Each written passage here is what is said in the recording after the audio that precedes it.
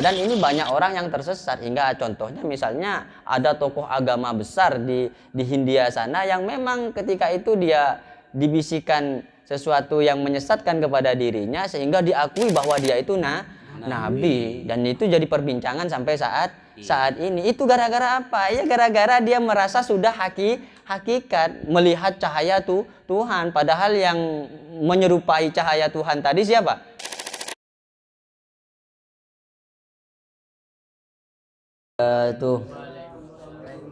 Alhamdulillah wassalatu wassalamu ala Rasulillah Sayyidina Muhammad ibn Abdullah wa ala alihi wa ashabihi wa man tabi'an sunnatahu wa jama'atah wa la hawla wa la quwata illa billah. Amma ba'du. Hadratal muhtaramin al-a'izza jami'al hadirina fi hadal majlis, nakhudzu bidriki sahibul bait Al-Ustadz Abdul Aziz hafizahullahu ta'ala jami'an. Amin amin. Mudah-mudahan kita semua ini senantiasa dijaga oleh Allah Subhanahu wa taala dan mendapat syafaat baginda Rasulullah Muhammad sallallahu alaihi wasallam. Halaman 11. Sekarang makalah ke 20, makalah yang ke-12. Bismillahirrahmanirrahim. Qala al-musannifu rahimahullahu ta'ala wa nafa'ana bihi wa bi'ulumihi fid dharain amin. Bismillahirrahmanirrahim. Wal maqalatu tsaniyata asyarata. Adapun makalah yang ke-12, an ba'dil hukama'i ay atibbal qulubi, dari sebagian ulama-ulama yang bergelar al-hukama. Siapa ulama-ulama yang ahli hikmah itu? Ay atibbail qulub, dokternya hati. Dokternya hati. Mereka berkata apa? Salah satu asya'a tafrijul ghassasa. Adapun 3 perkara yang mampu menghilangkan ghassas. Ghassas bidammil ghin ay takshiful ghumam. Ay takshiful ghumuma, artinya menghilangkan atau menyingkap kesusahan. 3 perkara yang mampu menghilangkan galau, bahasa ngetrennya seperti itu. Ada 3 perkara yang mampu menghilangkan kesusahan yang ada pada seseorang. Yang pertama apa? Zikrullahi ta'ala. Yang pertama, perbanyak zikir, mengingat Allah Subhanahu wa ta'ala. Jadi zikir, kalau Allah mengatakan dalam Al-Quran, ala bi zikrillahi tatmainnul qulub. Ingatlah bahwa zikir, mengingat Allah ini mampu menenangkan hati. Makanya benar kalau misalnya ulama ahli hikmah ini, dokternya hati ini mengatakan 3 perkara yang mampu menghilangkan galau. Ya, yang pertama zikir, ingat kepada Allah Subhanahu wa ta'ala. Ya kayak kita tadi, mungkin ketika kita zikir ndak ingat kalau kita punya utang. Ketika kita berzikir ndak ingat kalau kita punya masalah. Ini kalau orang mengingat Allah Subhanahu wa ta'ala. Yang susah ketika zikir, hatinya tetap kosong. Hatinya tetap tidak nyambung, hatinya tetap tak nyetung. Bahasanya kiai itu tak nyetung ke Gusti Allah. Sehingga orang yang seperti ini tebuna Ibnu Mas'ud katina apa? Katanya Ibnu Mas'ud, utlub qalbaka fi salasi mawatina. Carilah hatimu di 3 tempat. Golekno atine sampeyan iku di 3 tempat. Sare atine sampeyan itu lo kenengan. Pertama badekama inda sima'il Qur'an. Nalikana sampeyan merengi ngedingi maos Al-Qur'an. Maka namun oleh koncengan, mun oleh proyek pebanyak maos Al-Quran, ini merupakan hal yang memang dalam rangka mencari hati, dalam rangka mengingat Allah Subhanahu wa ta'ala. Tak kelero tak kelero. Sepenting niatnya tepat awal. Napa niatnya awal? Nyare ate seelang. Anapa? Karena katanya Ibnu Mas'ud, cari hatimu di 3 tempat. Kalau di 3 tempat itu ada rasa kerinduan kepada Allah Subhanahu wa ta'ala, berarti sampean masih punya hati. Yang pertama apa? Inda sima'il Quran, ketika mendengarkan Al-Quran. Yang kedua, wa fi majalisiz zikri, di dalam majlis-majlis zikir. Ampunlah zikir, ya Allah ya Qadim, ya Allah ya Qadim, ya Rahman ya Rahim, pakun tak gelem husuk. Neka berarti sobung atena, tak gelem nyampung ke Gusti Allah. Saya kata lo wa indal khalwat, ketika dia lagi menyendiri, tafakkur, berpikir mengenai karunia Allah Subhanahu wa ta'ala, memikirkan apa yang telah diberikan oleh Allah Subhanahu wa ta'ala. Nah, kalau ternyata masih tidak ketemu hatinya kita di 3 tempat tadi, fa illam tajidhu fi hadhil mawatin, maka jika tidak kita temukan hati kita itu di 3 tempat ini, apa katanya Ibnu Mas'ud? Ibnu Mas'ud adabu fasalillah ayyamunna alaika biqalbin. Maka mintalah engkau kepada Allah Subhanahu wa taala ayyamunna 'alaika biqalbin, agar supaya Allah Subhanahu wa taala memberimu hati. Kenapa seperti itu? Fa innahu la qalbala, karena sesungguhnya engkau tak andi ate. Ketika mendengar Al-Qur'an, hatinya tak gelem hoso. Mendengar Al-Qur'an bahkan benci pada orang ngaji, bahkan tak senang, bahkan memusuhi orang yang ngaji. Nah, ini berarti ini betul-betul orang yang tak punya hati ini. Mendengarkan di dalam majelis zikir betul berzikir, tapi sambil yang ketolengan. Gimana caranya mau khusyuk ceritanya? Orang mau nyatukan kepada Allah Subhanahu wa taala saja susah. Kita berzikir sambil kok rokokan. Ini kan ndak etis kayaknya. Ndak.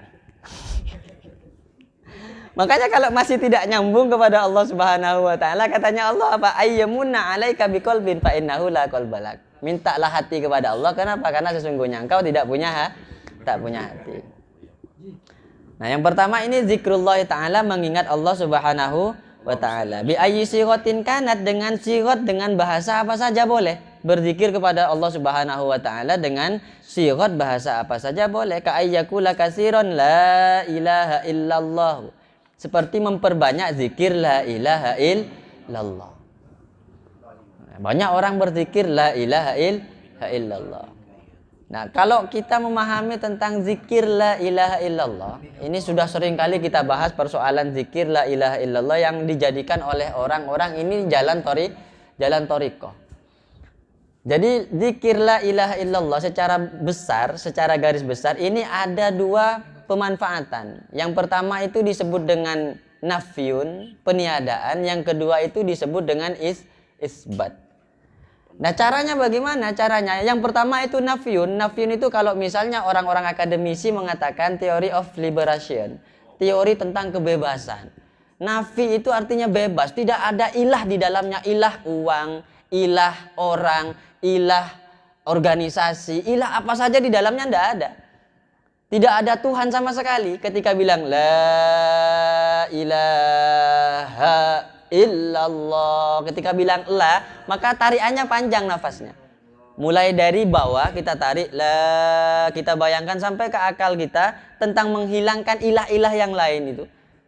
Ketika sudah kita hilangkan, kita tarik ke kiri. Ketika kita menarik ke kiri di sini berarti harus mengosongkan hati yang kanan yang disebut dengan fuad. Kita kosongkan hati kanan, ketika kosong hati ini maka harus diisi. Ketika isiannya yang paling pas itu apa?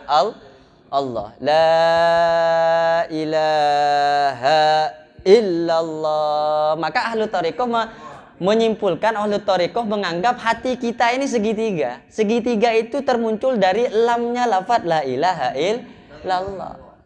Coba di la ilaha illallah, di bawahnya seperti apa? Piramid.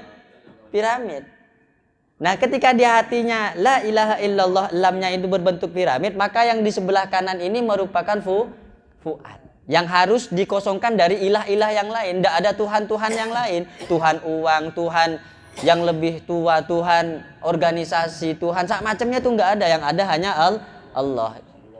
Makanya ketika orang mengikuti thariqah, nah ini kalau sudah mencapai thariqahnya, udah menyentuh kepada kenikmatan thariqah, maka kalimat-kalimatnya banyak yang dibuang. Misalnya seperti ini, ketika kita thariqahnya standar yang normal ini zikirnya la ilaha illallah. Kemudian kalau misalnya meningkat, ini la ilaha illallahnya, la ilaha illallah ini sudah banyak dibuang, diganti Allah saja. Allah illahu wa, berubah lagi, tambah tingkat, tambah naik, illahu wa, ilahnya dibuang. Hu. Ini kalau orang tidak ngerti dibilang sesat. Tidak sesat. Karena huwa ini termasuk domir. Dan domir ini disebut dengan domir sya'an. Domir sya'an itu hanya kembalinya kepada Allah Subhanahu wa ta'ala. Kalau misalnya Imriti pernah mengatakan fa usyribat makna domir sani wa uribat fil hani bil alhani. Domir sya'annya itu kembalinya kepada Allah Subhanahu wa ta'ala. Kalau misalnya kita berbicara pakai ilmu gramatikal Arab saja, misalnya kita bilang ma'rifat ini termasuk sesuatu yang paling tinggi, dan paling ma'rifatnya ma'rifat adalah ismullahil a'zam, namanya Allah Subhanahu wa ta'ala. Maka zikirnya Allah. Itu thariqah qadariyah Naksabandi, Allah begitu. Nah kalau orang tidak punya jalannya, coba nyoba teretan. Deki saya datang ngejin, saya nabi. Kemarin ngaku nabi, beda ajaran baru. Jadi tidak bisa kalau tidak ada jalannya. Dan yang membimbing itu disebut dengan mursyid thariqah. Disebut dengan mursyid thariqah. Nah sehingga misalnya bahasanya ma'rifat. Ma'rifat ini misalnya kalau kita pahami di dalam ilmu alfiyah. Ma'rifat ini kebalikan dari nakirah. Nakiratun qabilu al-mu'assira aw waqi'un mauqi'ama qasdukira wa ghairuhu ma'rifatun kahum wazi wa hinda wabni wal gulami wallazi. Wa ghairuhu ma'rifatun kahum wazi. Selain nakirah itu berarti disebut ma'rifat. Yang disebutkan pertama apa? Hum. Hum ini termasuk dhamir. Hum ini termasuk dhamir. Nah, makanya dhamir ini kalau misalnya kita ingat dulu kita waktu belajar huwa huma hum hiya huma hunna anta antuma antum anti antuma antunna. Jadi dhamir itu ada kalanya itu ghaib, ada kalanya mukhatab, ada kalanya hadir. Nah, kalau yang sifatnya ghaib itu bisa katakan satu orang huwa. Kalau yang mukhatab di hadapan kita anta, engkau. Kalau yang hadir disebut dengan saya ataukah kami. Nah, semua dhamir ini semua tretan ini pinjaman dari Allah Subhanahu wa ta'ala. Pinjaman dari Allah Subhanahu wa ta'ala. Jadi yang maha ada itu siapa sesungguhnya? Allah. Yang maha ada itu Allah. Contohnya begini, dari mulai dhamir huwa, anta sama ana. Misalnya bilang seperti ini. Si fulan, katakanlah misalnya Kawakib. Kemarin dia lewat di depan rumah saya. Oh, Kawakib lewat. Orangnya ada enggak? Oh, Kawakib lewat. Ada enggak? Ada. Kita lihat kan, oh Kawakib lewat. Ternyata besok Kawakib sakit. Mana Kawakib itu enggak lihat? Ada enggak berarti? Enggak ada. Berarti disebut apa? Dia. Disebut ghaib. Nah, ketika disebut ghaib ini, maka yang kembalinya ghaib ini huwanya kepada siapa? Kawakib. Kalau Kawakibnya ada. Kalau Kawakibnya enggak ada. Kawakibnya meninggal dunia. Huwanya kemana itu? Kembalinya kepada Allah. Enggak bisa. Makanya disebut la ilaha illahu huwa. La ilaha illa ana. La ilaha illa anta. Kan begitu. Nah, ini kalau kita mau belajar tentang zikir. Namun persoalan thariqah tidak boleh bertentangan dengan syariat. Karena yang namanya syariat pasti pertama kali dikerjakan sebelum thariqah. Dan banyak orang yang mengamalkan thariqah tanpa syariat dan ini menimbulkan keresahan, menimbulkan sesuatu yang menyimpang. Banyak hal yang terjadi hingga dia bisa mengaku nabi bahkan mengaku Tuhan. Dan ini sesat menyesatkan, namanya dhalun mudil. Kalau kita pernah belajar misalnya dulu kitab Kifayatul Atqiya karangannya Syekh Zainuddin Al-Malibari, itu pernah mengatakan bahwa innat thariqata fa syari'atun wa haqiqatun. Innat thariqata syari'atun wa haqiqatun. Sesungguhnya thariqah jalan untuk memperdekatkan diri kita kepada Allah Subhanahu wa taala. Yang pertama yang harus kita kerjakan apa?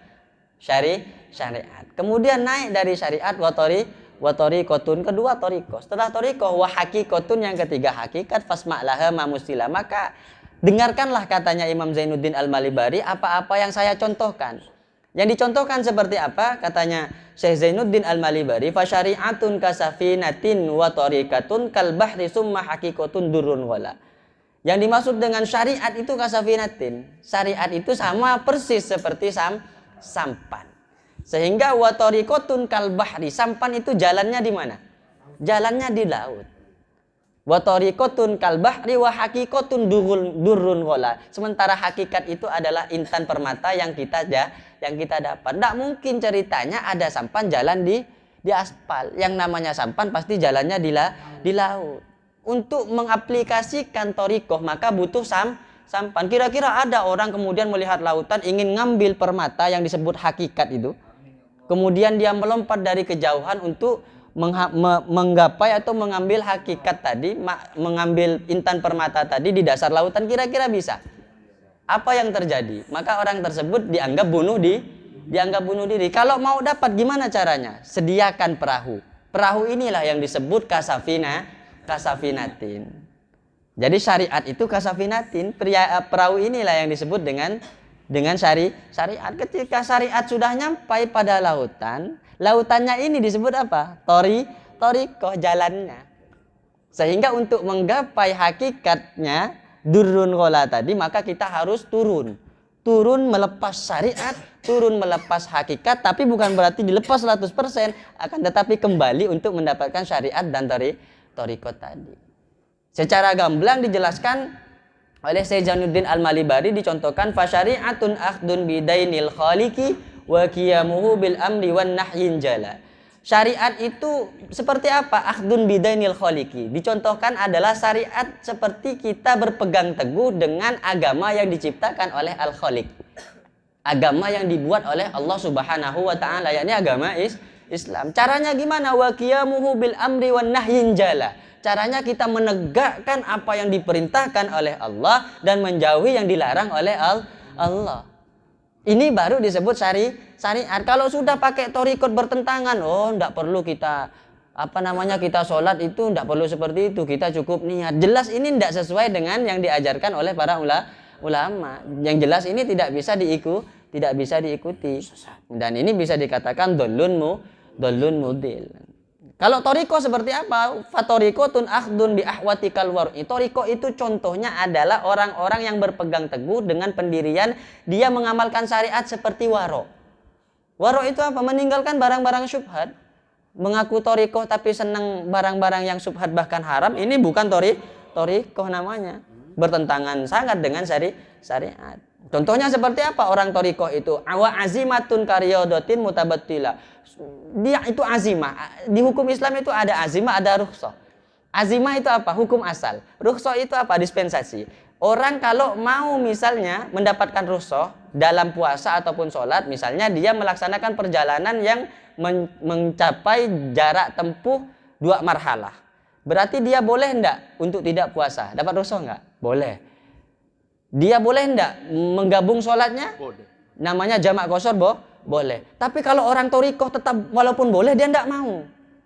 Mun beda orang torikot malah tak bejeng, beda orang torikot malah tak abasa. Ini kebalikan dari torikot yang dijelaskan. Ada torikot saper nyaman ada. Nah, ini kan keliru. Ini bisa saja ini torikoh yang menyesat. Ini tidak ada yang tanggung jawab. Ini siapa yang seperti itu? Ini jadi keliru.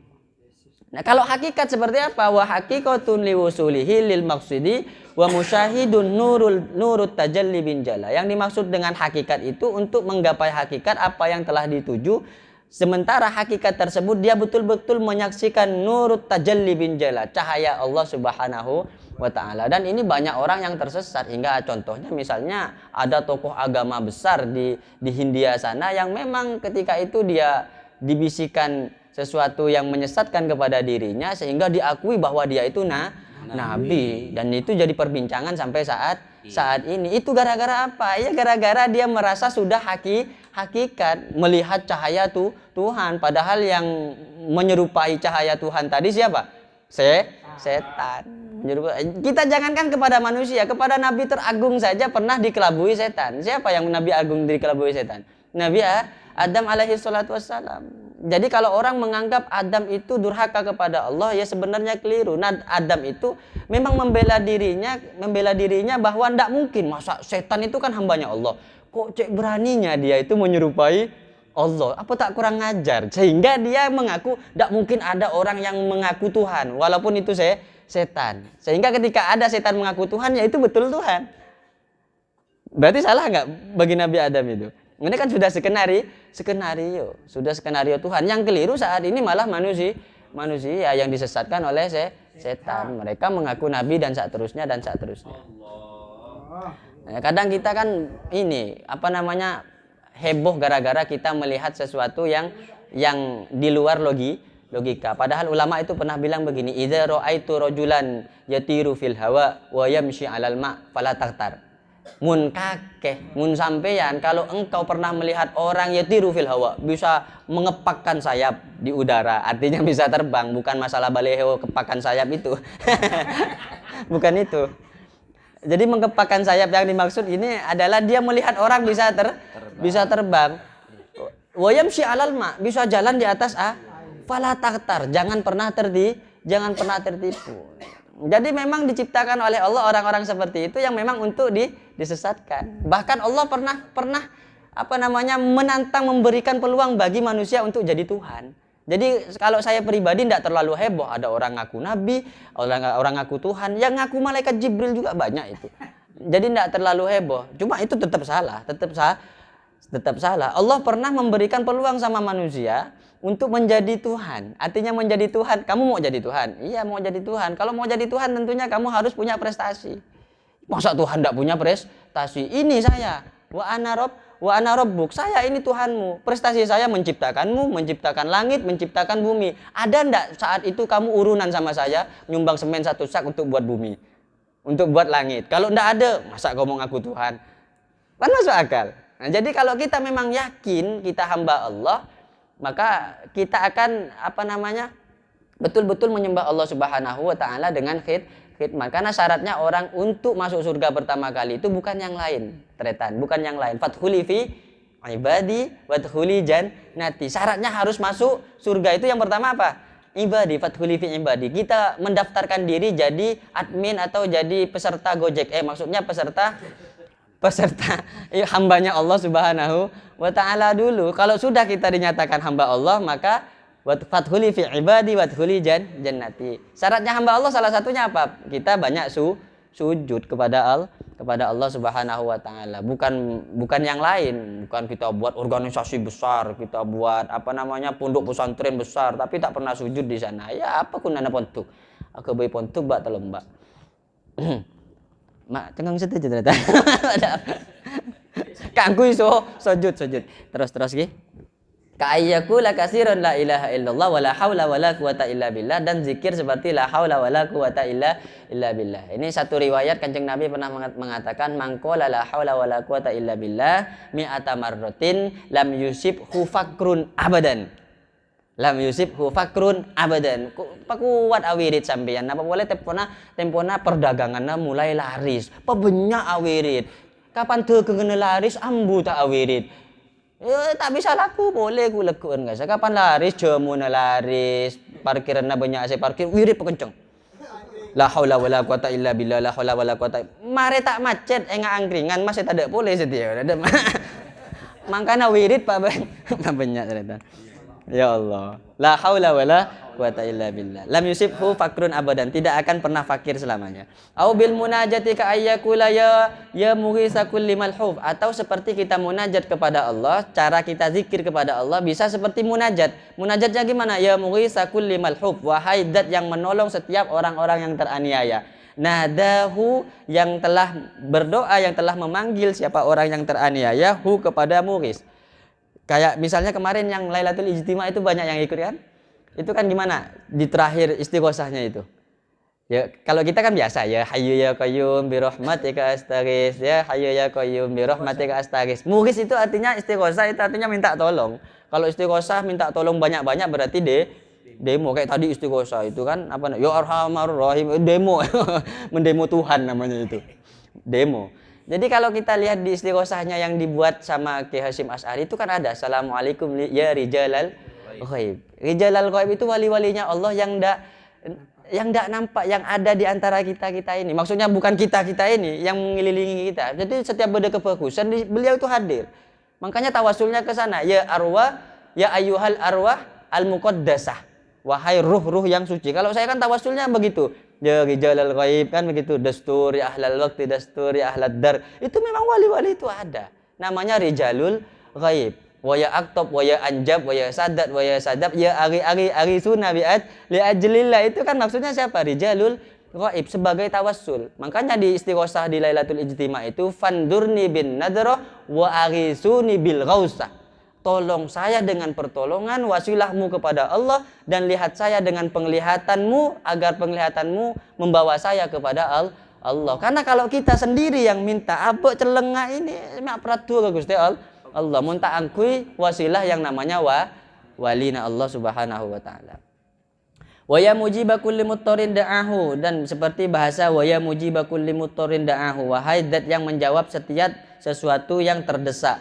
wa ya haliman ala kulli dhi hafwah, wahai zat yang pemurah atas setiap orang-orang yang tergelincir, asahu yang telah bermaksiat kepada Allah, wa ya qaiman bil kifayati liman asarahu ala dunyahu, dan wahai zat yang telah memberikan kecukupan bagi orang-orang yang hidup di dunia, as'alukal wusula ila ma la asla ilaihi, aku memohon kepadamu agar sampai kepadamu wahai Allah, ila ma la asla ilaihi, kepada sesuatu yang tidak ada asalnya. Artinya hanya Allah Subhanahu wa taala. Illa bima'unatika wa daf'i ma la ati'u, kecuali yang bisa menyampaikan itu dengan pertolonganmu wahai Allah dan menolak sesuatu yang aku tidak mampu. Wa illa biquwwatika, hanya kecuali dengan kekuatanmu. Wa as'aluka khairatan fiha afiyatan wa afiyatan fiha khairatan birahmatika ya arhamar rahimin. Ini bentuk-bentuk untuk memohon kepada Allah Subhanahu wa taala yang disebut dengan munajat. Ini yang pertama, zikrullah untuk menghilangkan kegalauan kita. Yang kedua, waliqa'u auliyaihi, dan bertemu dengan wali-walinya Allah Subhanahu wa taala minal ulama'i was sholihin, dari kalangan para ulama dan orang-orang soleh. Yang mampu menghilangkan kegalauan salah satunya apa? Mun atemu ben walina Allah. Tapi ditafsiri yang dimaksud walinya Allah di sini siapa? Minal ulama. Satu poinnya. Ulama derajatnya bisa dia menjadi wali-walinya Allah Subhanahu wa taala, sebagaimana perkataannya Imam Ghazali, illam takunil alim huwal wali falastu adri madzal wali. Mun reng alim dia tak eko cak walina Allah, yang kau tak tahu siapa boleh saya sebut walina Allah. Satu, makanya tafsirannya di sini ai minal ulama. Yang kedua wassolihin, orang-orang soleh. Jadi orang-orang soleh tidak mesti ulama, kan begitu. Kita yang bukan ulama, misalnya karena ibadah kita, soleh kita, perbuatan baik kita kepada Allah, maka kita tersebut termasuk orang-orang yang soleh. Ala la khaufun alaihim wa lahum yahzanun alladzina amanu wa kanu yattaqun. Orang-orang yang iman syaratnya harus iman, wa kanu yattaqun, dan bertakwa kepada Allah Subhanahu wa taala. Apakah misalnya kayak kita bisa jadi walinya Allah di dalam rumah tangga? Bisa, seperti ceritanya Kiai Afifuddin Muhajir itu. Beliau mengatakan cerita tentang Pak Syukur dan Bu Sabar. Pak Syukur yang mendapatkan istrinya begitu cantik sehingga dia disebut dengan Pak Syukur senantiasa bersyukur. Dan Bu Sabar ini mendapatkan musibah yang sangat besar, mendapatkan suami yang begitu jelek. Menurut saya ini riba fadl ya. Lebih ini nyaman riba fadl ini. Sehingga kedua-keduanya masuk surga. Kenapa masuk surga? Karena satunya bersyukur mendapatkan istri cantik, yang si istri sabar. Oleh laki coba. Setelah coba nyosain boleh kan. Masya Allah. Ini bisa jadi pintu menjadi walinya Allah Subhanahu wa taala. Dan yang ketiga, wa kalamul hukama, mendengarkan kalamnya orang-orang yang ahli hikmah. Ay alladzi yadullu ala khairid dunya wal akhirah, artinya orang-orang yang menunjukkan atas kebaikan dunia dan akhirat. Ini disebut dengan hukama. Jadi kita iling-iling tiga yang bisa menghilangkan kegalauan kita, bukan kita malah datang kepada yang lain. Yang pertama zikir, yang kedua kita liqa'u auliyaillah, yang ketiga adalah mendengarkan kalam-kalam hikmah. Mungkin cuma ini yang bisa disampaikan. Hadzana wa iyyakum ila siratikal mustaqim. Assalamualaikum warahmatullahi wabarakatuh.